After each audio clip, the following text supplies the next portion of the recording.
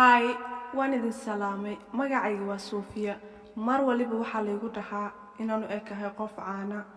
Mar waliba hadalkan waa igu soo noqnoqday. Qofkaasna qof kale ma aha. Waa qofka aad taqaana nocaanka ah, Ariana Grande. Waxaanan bilaabay markaan ciyaarta dadkan ay wadaan inaan la ciyaaro. Aanan u marsado makeup-ka sida Ariana Grande oo kale. Aanan sidoo kale u labisto sida iyada u labisato. Aanan tago xafladaha. laakiin uma maleynayn wax walba sida noqonayaan. Waa la ixaaday marabtana si dhageysta qisadeyda soo baxay soo raac. Maalin maalmaha ka mid ah aniga iyo hooyadeyda waxaan isku raacnay baarkiga. Kadib waxaa imaaday gabar yar iyadoo iga codsanayso sawir ma kula gali karaa. Hooyadeyda way busho gareysantay. Anigana anoo dhoola cadeynayo oo isdhaafinayo waxa meesha ka dhacayo ayaan la galay sawraantii. Waxayna igu dhahday mideeda ugu yarayd. Aniga waan ku riyoon jiray inaan maalin kula kulmo Ariana Grande waxaa tahay role modelkayga. Hal maalin kuma fikirin inaan isku eegnahay Ariana Grande, laakiin markaa muraad isku fiiriyay waxyaabo badan ay iskaga eegnahay. Maalintaana waxyaabo badan ayaa niyadeyda ku soo dhacay. Mar waliba aan gurigayga u soo socdo ama banaanka la igula kulmo, dadka su'aalo badan ayay i weydiin jireen iyo sidoo kale inay sawiraan ila galaan. Laakiin maalinta waan fikiray waxaana wacay saaxiibteyda. Si caadi ah dukaanka uma tagi karo, dadka dhan indhaha ay u fiirinayaan. Okiyaalon xidhay koofiyad wax walba isku dayay, laakiin dadkii kama nabad helayabo. Saaxiibtey waxay dhahday ka waran haddii aan xaaladaba bedelno. Caawa Jane ayaa waxaa loo dhigayaa xaflad. Waalidiintiisana waxa u iibiyeen guri weyn. Baartigaas ayna aadayna ani adiga. Ma tagi karo maxaa yeelay dadkan ma nabadgelin doonaan. Si fiican ma uga fikirta arrintan. Kadib waxay soo qabatay albumka Ariana Grande. Waxayna igu dhahday ma ogtahay in dadka fanskaaga aad ku xiiseeyaan ayna mar ku riyoonayaan inay kula qaataan waqti ama ay ku kulmaan. Kadib balaanka isoo dejisay saaxiibteyda wila wanaagsanaaday. Muraayad ayaan tagay. Waxaanan isku maleynan iyadii ahyo kaleeto. Sidoo kalena xagga isteelka iskaga mid ayaaba ahaynbo.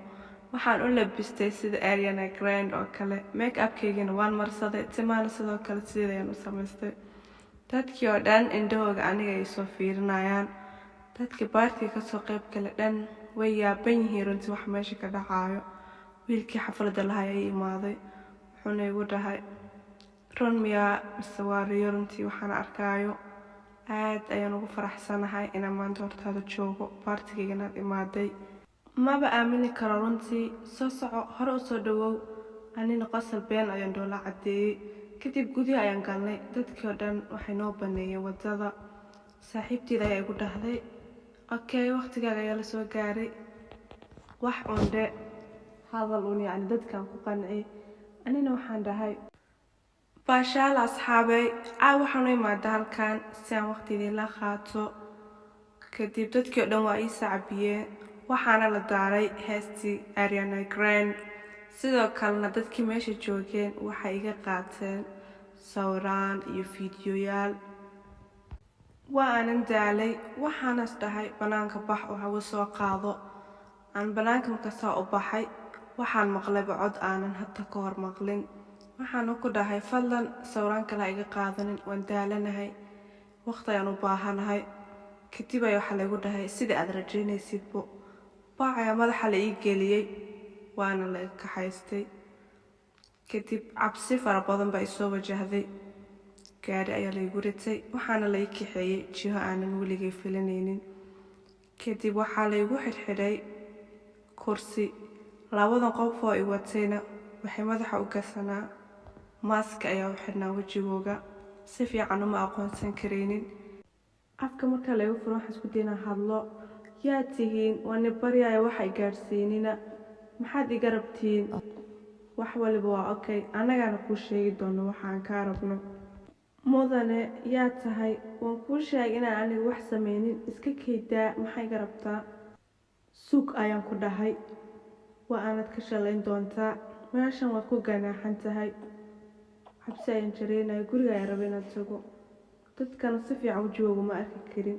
Laakiin qofkani ag taagan ayaa waxaan aqoonsaday inuu ahaa qof dumara.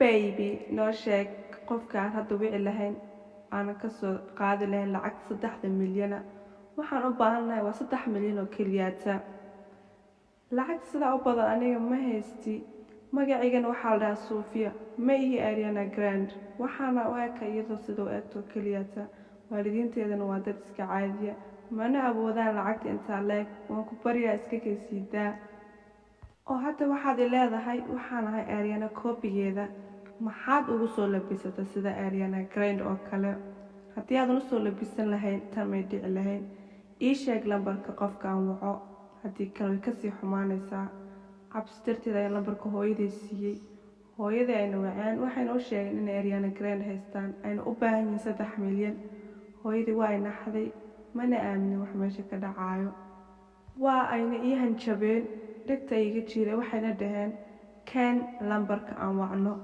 kadib cabsi darteed ayaa waxa u siiyay lambarka Rita saaxiibteeda waa ay waceen halo xaaladaada ma fiican tahay haa ayaan dhahay kadib waxay ku tiri wax waliba okay ay noqon doonaan aniga ayaana ku caawin doono waxayna u sheegtay 2 saacadood waqti inay siiyaan ma aqaan runtii waxay dhici doono booliiska lama wici kareynin maxaa yeelay Rita ma taqaan meeshan aniga joogo dadkan markaan u fiirsaday mayna kamid ahayn dadka xafladda martidii ka soo qayb gashay Master Rosa wiilkaaga waxaad u iibisay apartment aad u qurux badan oo xagee ayaad ku garanaysaa magacayga xog ayuu u naxday stage ayuu dhahay ninkii waxay kadib albaabka ayaa la soo qaraacay waxay ahayd Rita codkeeda ayaa maqlay maadaama ay tuugadan cabsanayeen anaa cabsisaas markii ma qabin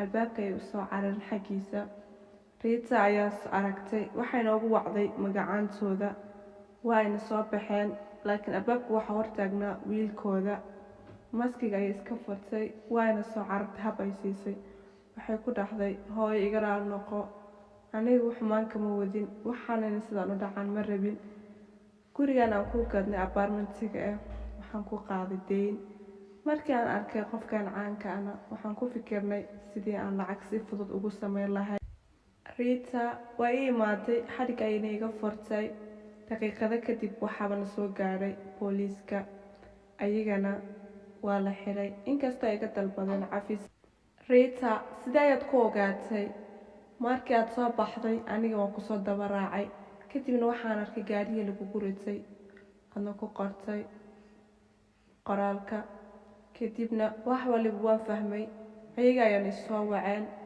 waxaan u sheegay wiilkoodan waa uu ogaaday meesha ay kugu qariyeen meeshaas oo ahayd xafiiskooda mahadsanid Rita haddii ayna fikirkayga ahaan lahayn inaad sidaan u labisatid waxaan dhan ma dhici lahayn soo maahan waa inaad ahaatid shakhsiyadaada toobkana kuma soo baxaysid waxaan bedelay sidoo kale make-upkayga iyo labiskayga tan nooca shirkaan wuxuu igu filnaaday inta noloshayda ka dhiman